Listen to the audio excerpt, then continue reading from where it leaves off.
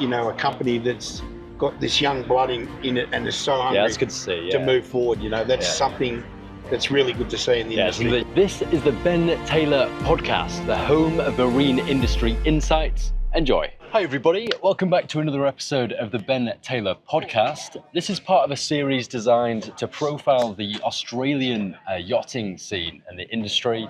We're here in the Amex Garden to hear a little bit from all the stakeholders around this part of the industry. So I'm here with Kevin. Nice to see you, Kevin. Nice to meet you. How are you? Very, very well, thank you. I'm enjoying Australia. I love the industry here. We've been incredibly welcoming. I think it's an exciting industry. I think it's got huge potential. So it's awesome kind of learning about that and seeing how everything works. Yep. Can we start by having like a little bit of background? Who are you? What have you done? And what's your kind of mission? What's your thing? So basically, I'll just start with what the Australian industry and where it started, because people think it's something new down here, but it's not. It's been going down in Australia since the 80s, the 1980s. And it started on two sides of the country. It started in the west with a company called Ocean Fast, and it started here on the east coast with a company called Lloyd Ships. So you'll pretty much find that all the stalwarts that are still in the industry pretty much either came from out of those two companies back in the day. Okay. And I started my career off at Ocean Fast back in the late 80s, and was lucky enough to be involved with who we consider the grandfather of super yachting, which is John Bannenberg. Right, okay. He was, we were doing stuff back in those days that, basically people said we couldn't do. Right, okay. And it hadn't been done before. Hadn't been done not before. In the Australian market. We were building, 30, 40 metre vessels, aluminium, jet powered, which is 35 knots, massive windows. Was that on the larger side back in the 1980s? Yeah, That was some of the biggest boats in the world. Yeah, they were big boats. And they pretty much started with American clients. And these guys wanted to get to the Bahamas and places like that, so they needed shallow draft. Right. And they also wanted to get there fast. So out of Miami, Fort Lauderdale, places like that, straight to the Bahamas. They were in very, very quick boats. Those vessels came out of really the crayfishing era that was in WA at the time, building fast cray boats that could get in and out of shallow water and were fishing up north in places like the Abrolhos. Right, so you used influences and designs from that kind of use case and then applied it into the recreational side. That's exactly what happened. This will suit the They took it from there and they put it into the super yachting market, which nobody called them super yachts back in those days, I don't think. I first went to WA in 1987 for the America's Cup in Fremantle. Yeah. And I saw a vessel that was on the water called Part 6, and it was this 35 metre Ocean Fast. I'd never seen anything like it in my life. Yeah. At the time I was living in Victoria, and I decided I was going to move to WA and I was going to work for this company, Ocean Fast, and that's where it all started for me. Right, so I was in the West, based in the West for 28 years. Went from Ocean Fast to a startup interior fit-out company, which was called Super Yacht Interiors, which then morphed into its own boat building company as Evolution Yachts. Right, okay. And, because I now know a different company, or it sounds like a different company called Super Yacht Interiors. Got a big base in Dubai and the UAE, and doing a lot there, but different things. Different ones, right. But that evolved into a boat building company. Our company evolved into a boat building company called Evolution Yachts. And we built that up over the years, over 10 years, to about 150 employees. Wow. We produced 3 new boats out of there, 110-foot monohull, a 80-foot monohull, and a 135-foot catamaran, all luxury vessels. And then we did a number of refits as well. And what happened was 2008 came along and hit the boat building industry pretty hard.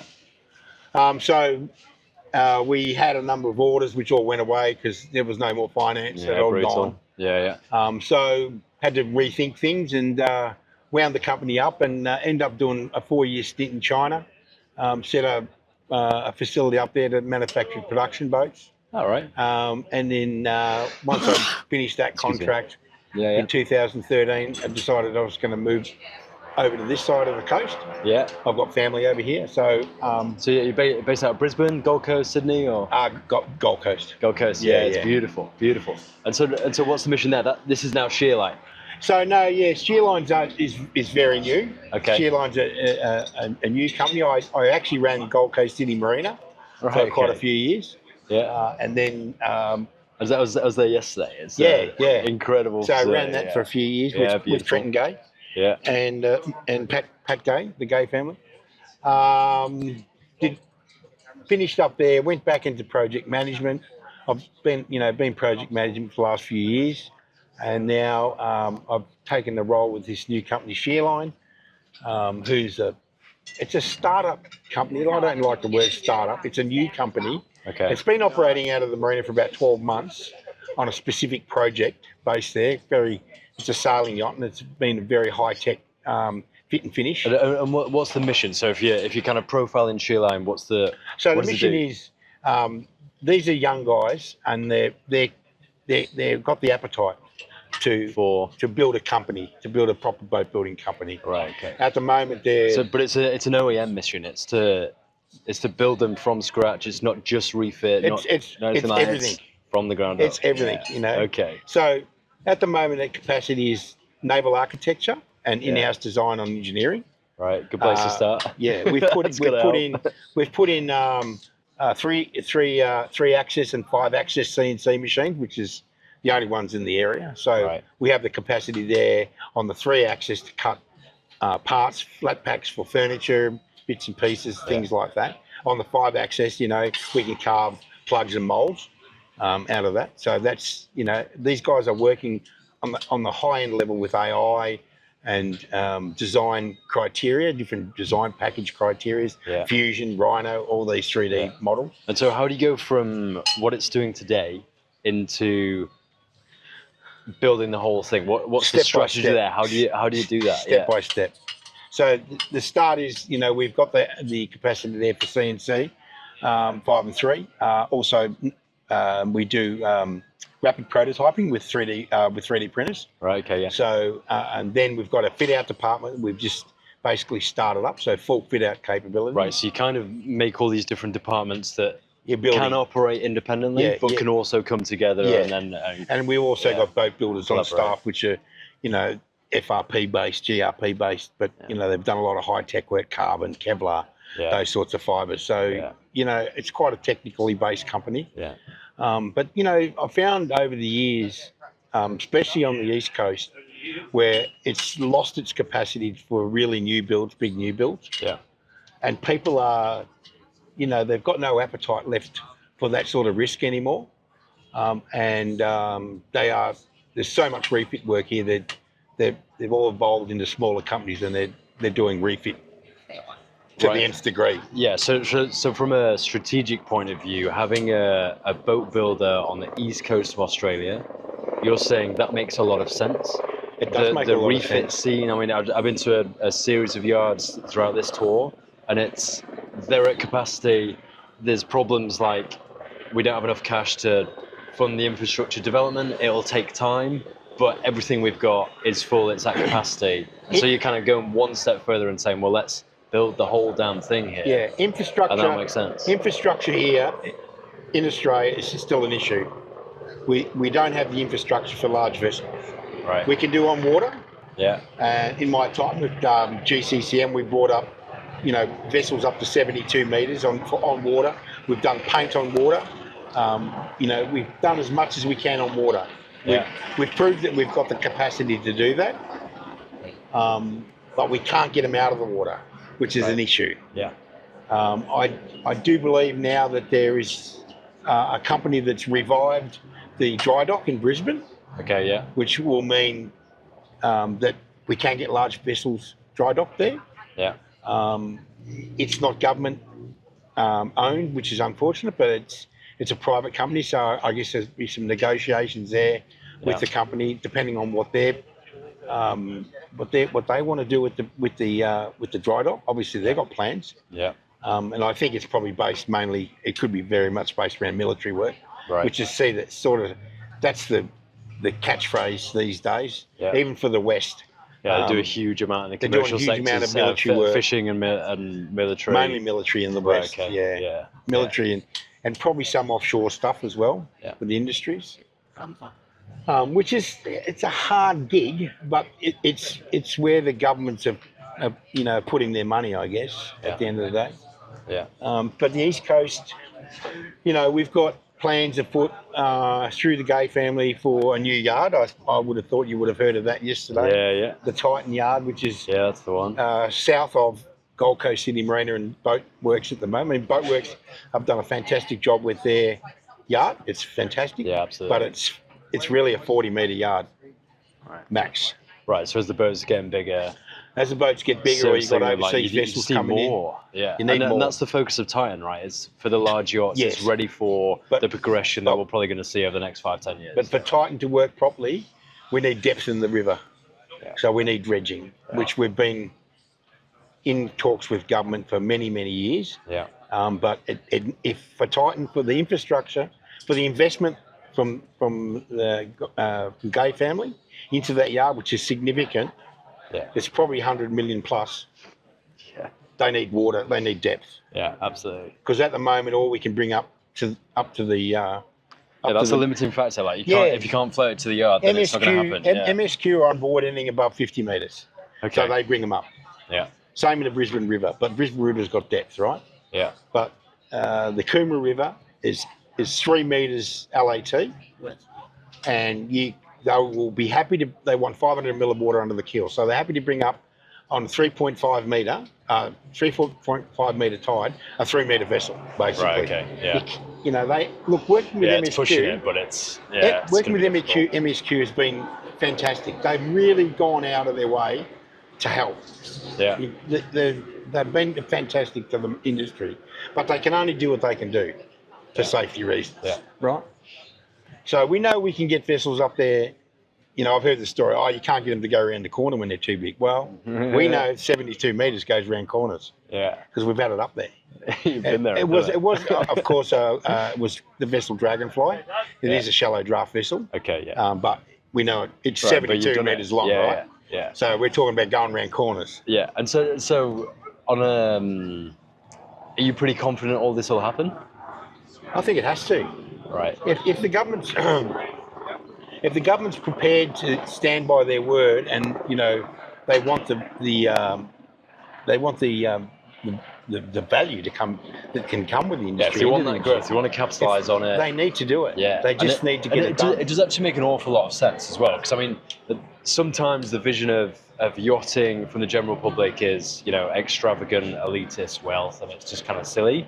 But actually, if you look in the background, if you look at the economic impact, it's the amazing. level of employment, the money that comes in, and so all those local businesses, it's huge. It's huge. Like, it makes a lot of sense for a government to get behind the industry. And we're talking about an export industry that we bring to the country. Yeah, so true. You've got international owners, commission a boat build, anything like that, or big refits. Yeah, it's all export. A load of cash coming into the economy. Yeah, I mean, it just when they get to the shipyard, they basically bleed cash. Yeah. See, there's all these government guys right here now. Look at them. Have a look. Hey guys, you're right. Yeah. So from Sheerline's perspective, what's the mission going forward? What kind of timescale? What are you hoping happens? We are on, or the company is on a mission to move forward rapidly at this point. Yeah. We're 7 years away from the Olympic Games. Yeah. 7 years is not going to take long to go, and there's a lot of There's a lot to be done. A lot of training. There's a lot of training involved. Fortunately for us, there is good training associations around. So we're working with Griffith University. We're working with companies like Partech, which do FRP-based products, GRP-based products, fibre products. Yeah. We're working with TAFE. We're working with all these companies. We need training. We need twofold. We need apprentice training, but we also need to probably retrain tradesmen that are already got tickets. Yeah, so it's all right saying, well, we've got 7 years from now to the Olympic Games. It's not enough. There is so much to be done. We should have started 3 years ago. Yeah, absolutely. I'm sure we'll be saying that in 3 years' time as well. We should have got on with this. Yeah, no. But it is achievable. It is It is a worthwhile mission to pursue and really get behind. It is 100% worthwhile for Queensland. Yeah. I mean, it's already the big player in the industry. Yeah. In Australia. Yeah. So make the most of it. You know, we have an amazing area that's been set aside by the council and designated marine only. So all the businesses in there are marine based. I think there's probably like 6,000 people that work in that area. It's a tiny little area. You've been there. Yeah. And it's honestly, just, it operates like a town. It's the whole ecosystem, and it's all marine based. It's all everything to do with marines right there. So if you come, it's so easy for the vessels. They pull up, untold businesses there they can deal with. They don't need to go anywhere. Yeah. They can have 20 businesses down to their boat in a day if they're prepared to do that. You know, there's not a lot of places that do that. You know, I mean, Lauderdale Marine Centre is probably one. Okay. In Fort Lauderdale. In the US, In Europe, you know, there's some great yards. You know. Yeah, they seem to be set up slightly differently. But they are closed yards. Yeah. So you don't talk to anyone. You talk to the. You go to the yard and you go, we need all this done, and then that's it. That's it. Rather than kind of being flexible and saying, well, if we've got a better supplier that we want to use, then use it. It's competitive. Yeah, no worries. Give us the keys. See you later. Get out of here. We'll call you when we're done. I like that. You know? Yeah. That's the way it goes. You know, Gold Coast City Marina, Boatworks, Rivergate, your yard, they're fairly flexible places to work. Yeah. Of course, the Gold Coast has got the majority. You know, you've probably got, I don't know, let's say, we've got more together, of 200 businesses between the yard, Gold Coast City Marina, and Boatworks. Yeah, for those that don't know, it's like honestly, it's like a town that is a couple of shipyards, but within the yards. We did a tour going on a coach driving through it, and you're like, all right, there's a supplier, there's a different supplier, there's a different supplier, and it operates like a village of. Yeah, you kind of put a boat in the middle of it, and everyone's like, right, I need this, I need that, and it's. Well, that was the. But it's an open yard, so it's. The shipyard isn't there controlling, saying you will use this supplier, and this is what you have to use. It's like an open market. It's just you've got autonomy to do. Run the vessel as you wish. You know, you can hire a project manager, you can do it yourself, you can do whatever you really want. You've got a lot of resources. Within reason, you know, you still got to, you know, there's still OH&S issues and, you know, different things there you've got to adhere to. I mean, otherwise people will be dying in droves. Yeah, it'd be dangerous, Yeah, so, you know, you don't want that either. So to a point, but you've got freedom. Okay, and what's the message that you want to give to the international audience, the international industry? What's the key thing that you're working on that you love the world to know? We're not new. We've been here a long time. Yeah. You know, we have the skills to do it. We've proved it before. You know, our skills are as good as any other countries in the world, and better than most. Yeah. It's a great place to be. It's a great crew love it. So you know you haven't got a crew sitting in the freezing cold am I here? for 7 months a year. I got into yachting to go some nice places. They're looking around going, this is why I'm here. We saw the mega yacht berth by Southport Yacht Club there. Like one of the big pitching points is for it, right? You got a big old berth up to I think it's 135 meter boats can go there. Yeah. But then all the crew, they literally get a surfboard under their arm, walk across like a little patch of land, took like a couple hundred meters, and they're surfing. You're like, well, that's going to be a happy crew. That's better than being stuck in a yard doing like looking around, going, there's just grinders around here. Surfers paradise. They got all the bars and places they like to go and hang out and you know just let their hair down and have a little party. At the back there, you've got all the the scarp at the back there where you've got wonderful little businesses and great places to hike and go for trail rides and do all that sort of stuff. And for the international owners, they've got the Aussie cruising grounds, they've got South Pacific Islands. Like there's two international airports each end of the Gold Coast. You've got Brisbane and then you've got Gold Coast Airport. You're an hour and a half drive from places like Byron Bay. Which are world renowned. It's an absolute beautiful place to be. So crew are happy. Everybody's happy. You can change crew out. You can do all these things. Plus, you can pull up in that mega berth, and you've got 200 businesses at your disposal. You can call them up. So you've got the support. You've got the Southport Yacht Club are very supportive of the industry, within reason. You can't paint a boat there. but you can do a whole bunch of servicing, and you've got great access. Yeah, you're far from just being out on anchorage, just Yeah, going like, you're right "Ooh, there." I hope we've got enough resource here. Yeah. You know, you can do engine servicing, generators, or interior bits and pieces, detailing, teak work to a point. It's got to be controlled because it's in a yacht club. Yeah, but you can do it. You can do it. Can do it. Awesome, Kevin. Thank you so much for your insights. No problems at all. Best of luck with everything going on and your mission. I like it. Yeah, look, it's an unusual thing to be involved with a company that's got this young blood in it and is so hungry. Yeah, it's good to see. To move forward. That's something that's really good to see in the industry. Something that you love being part of that mission and make it happen. Yeah, that's right. Being part of that is really important for me. Yeah. I'm at the sort of end of my career now, but to get that one last shot to see if someone can to get it going again and make it, it's important. No, good on you. Love it. Okay, thanks, Ben. You're very, very welcome. Thank you, everybody. If you enjoyed content like this and find it insightful, make sure you're following here to see plenty more of it. Outside of that, we'll see you very soon. Bye for now. Thank you for listening to another episode of the Ben Taylor Podcast, the home of marine industry insights. We'll see you again very soon. Bye for now.